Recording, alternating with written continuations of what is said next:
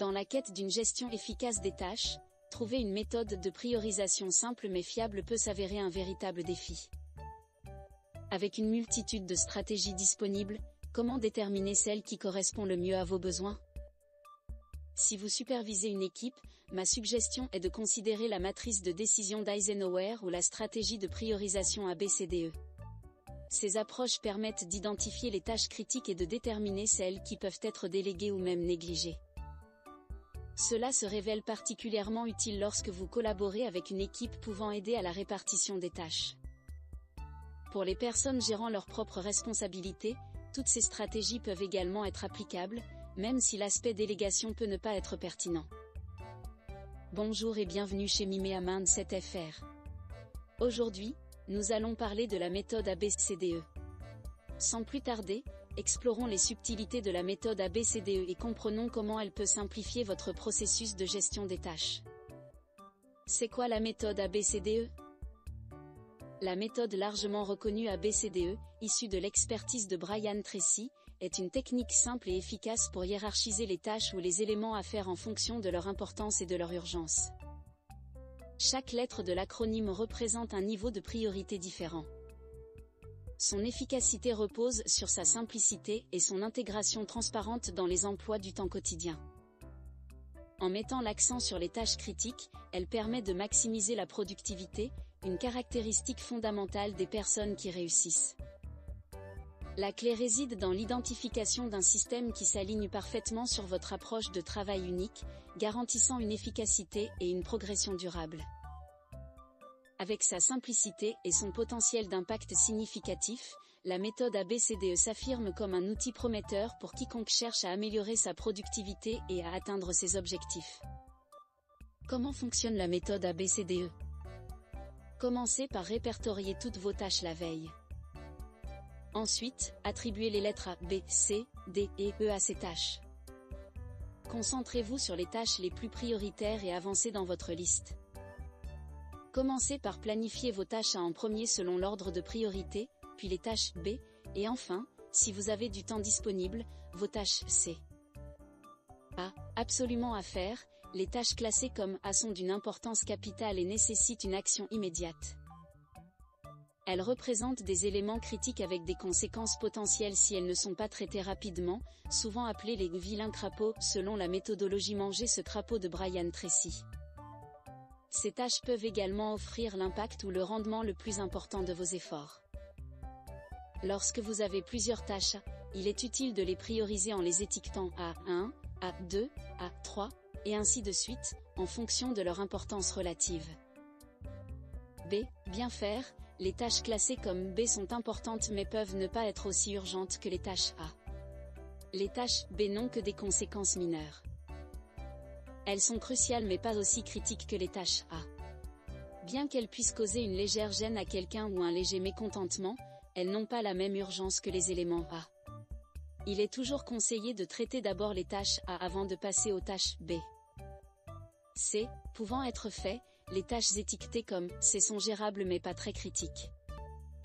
Ces tâches peuvent être accomplies et n'ont généralement pas de conséquences importantes. Elles comprennent souvent des activités agréables à faire mais n'ont pas un impact significatif sur vos objectifs principaux. Il est conseillé de s'attaquer à ces tâches uniquement lorsqu'il ne reste plus de tâches A ou B. Vider vos tâches C revient à atteindre 0 boîte de réception, vous permettant de vous concentrer sur les tâches qui contribuent à votre progression globale avec une page vierge. D. Délégué, la lettre D représente délégué. Ces tâches conviennent à une délégation à d'autres personnes.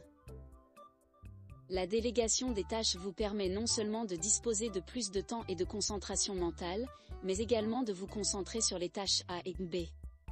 Il est essentiel de s'assurer que la tâche attribuée correspond aux capacités et aux priorités de la personne à qui elle est déléguée. Sinon, il serait plus approprié de la classer comme une tâche C ou E et de la traiter en conséquence. E. Éliminer, sous la catégorie E, les tâches méritent idéalement d'être éliminées car elles ne présentent pas une importance significative ou une nécessité immédiate. Évitez de consacrer du temps à des tâches qui ne contribuent pas de manière significative à vos objectifs.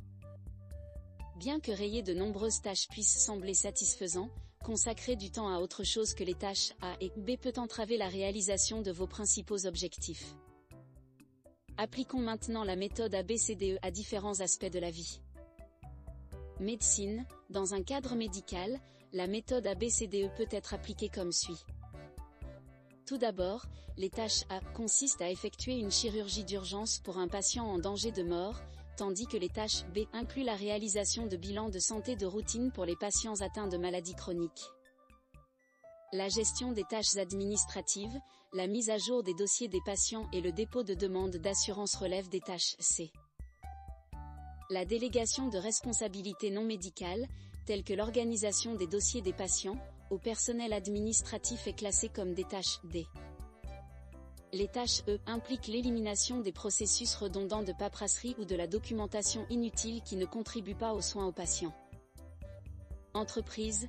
Lorsqu'elle est appliquée dans un environnement professionnel, la méthode ABCDE guide efficacement la gestion des tâches.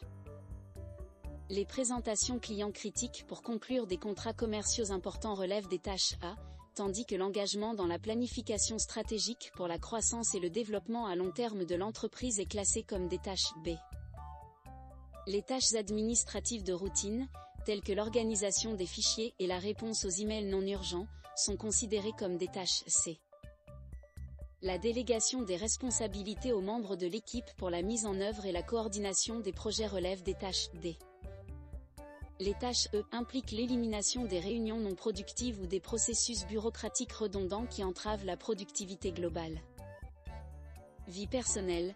Dans la vie personnelle, la méthode ABCDE s'avère précieuse pour équilibrer les priorités. Assister au mariage d'un membre de la famille ou à un événement important de la vie est une tâche A, tandis que passer du temps de qualité avec ses proches pour entretenir les relations et le bien-être émotionnel relève des tâches B. S'adonner à des passe-temps ou des activités de loisirs pour se détendre et se divertir est considéré comme des tâches C. Demander de l'aide aux membres de sa famille pour les tâches ménagères ou embaucher de l'aide lorsque cela est nécessaire peut être classé comme des tâches D.